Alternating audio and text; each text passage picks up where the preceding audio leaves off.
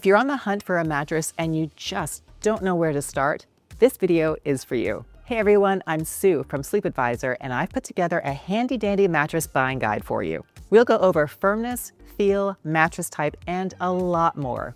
You'll have all the info you need to make an informed buying decision. But without further ado, let's get started.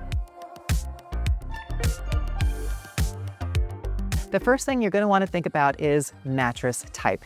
It may seem like there are hundreds of types of mattresses, but really, they all fall into a few categories.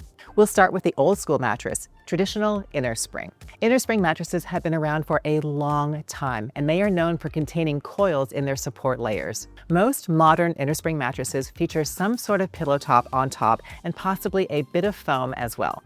This design gives Innerspring mattresses some real benefits.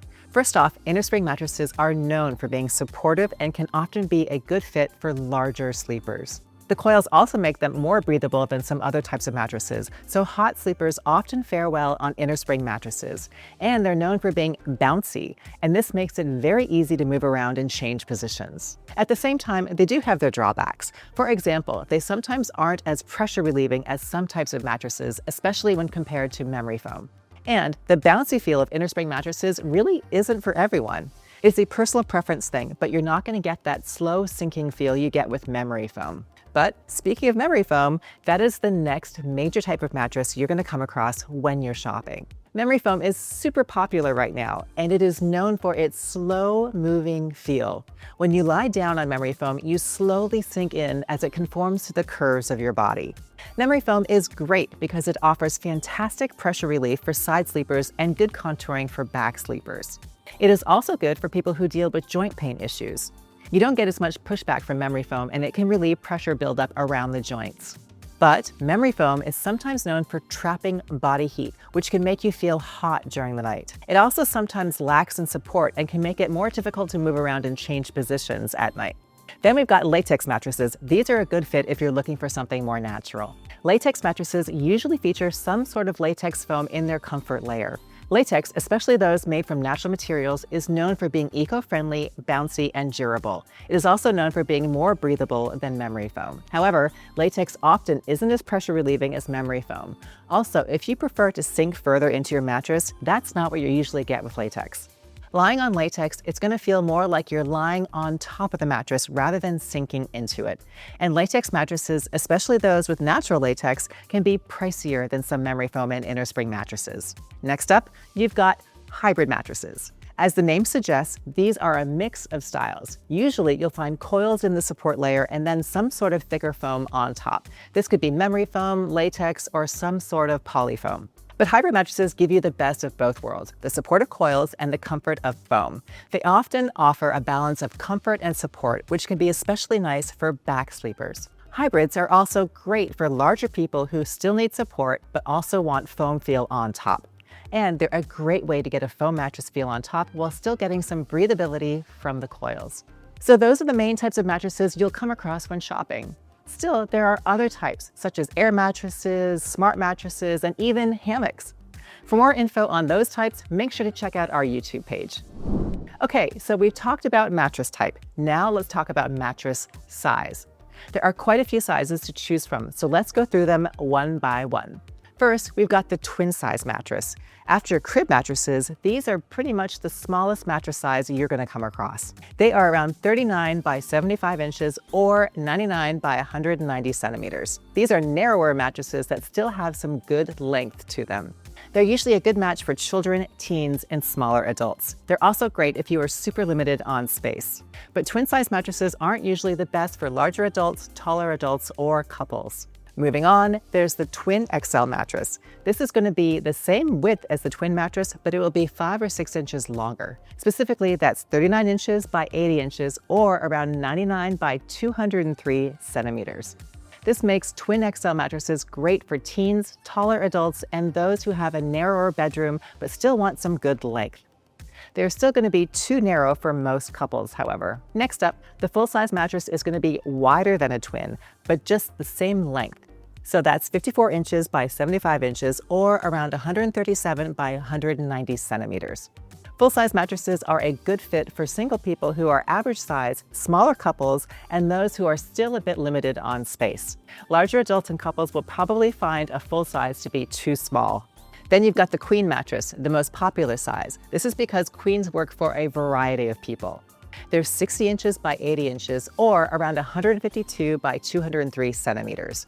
They work well for couples who don't need a bunch of room and the majority of single adults as well. At the same time, they're usually too small for larger couples and those who sleep with pets. King-size mattresses are next, and they are usually 76 inches by 80 inches or around 193 by 203 centimeters. King mattresses give you more width than a queen mattress, and because of this, king mattresses are good for couples who need more room or single people who really want to stretch out. But they're probably not the best for children, teens, or adults who are limited on space. They can also be quite pricey. You can also get a split king mattress, which is basically two twin XLs put together. These are great for adjustable bases or couples who need different firmnesses on their sides of the mattress. Finally, the California king mattress is going to be narrower and longer than a standard king mattress. Specifically, they're around 72 inches by 84 inches or 182 by 213 centimeters.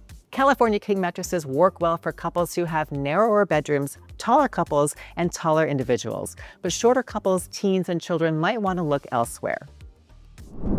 Okay, you've decided on what type of mattress you need and what size. The next thing you want to think about is firmness. Most companies and reviewers score mattresses on a scale of 1 to 10, where 1 is super soft and 10 is like sleeping on the floor. Finding the right firmness for you really depends on your preferred sleeping position. For example, back sleepers often need something close to medium firm. That's 6.5 out of 10 on the firmness scale. This firmness gives back sleepers good overall support while still staying soft enough to let the hips sink in. A medium firm mattress should keep most back sleepers in good spinal alignment while they sleep, which is more comfortable and can also prevent back pain issues. Side sleepers, on the other hand, usually need something that's on the softer end. We recommend something between a 5 out of 10 and a 6 out of 10. That's because when you're side sleeping, you put most pressure on your shoulders and hips. You need something to relieve pressure in those areas. At the same time, you don't want something so soft that you get out of alignment. You want the mattress to hold up your body while still offering you pressure relief where you need it. Finally, stomach sleepers usually want to go for a firmer mattress overall. I recommend something with a firmness of 7.5 out of 10 or higher. This will give you good support under your hips and across your body. And really quick, if you switch positions, take a look at something closer to medium firm. This can give you what you need for all 3 sleeping positions. There are just a few other things you want to think about when you're shopping for a new mattress. The first one is cooling. I mentioned earlier how some mattress types are better at cooling than others, and you want to keep this in mind if you are a hot sleeper. If you sleep hot at night, stay away from memory foam that doesn't feature some sort of cooling agent. Latex mattresses and those that feature coils are going to be your friend here. And you also want to think about your size and weight. Larger sleepers, for example, sometimes need something firmer to give them the support they need. And lightweight people often don't need quite as much support. Make sure your mattress is able to handle the weight of both you and your partner. And if you weigh over 250 pounds, you can also consider a mattress designed specifically with larger people in mind. Before we wrap up, let's talk about how to actually buy a mattress. The first way is, of course, in a store. This is still a solid place to find a new mattress, but there are a few things you can do to make it easier on yourself. First of all, do your research ahead of time.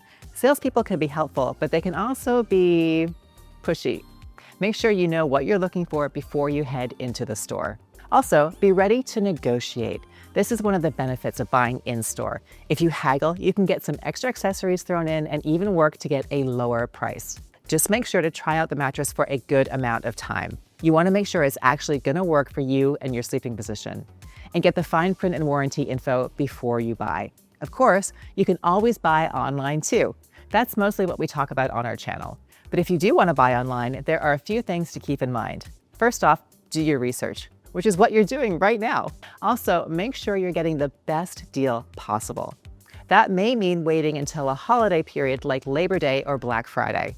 And make sure to use your trial period wisely. Really give yourself time to figure out if the mattress is actually working for you.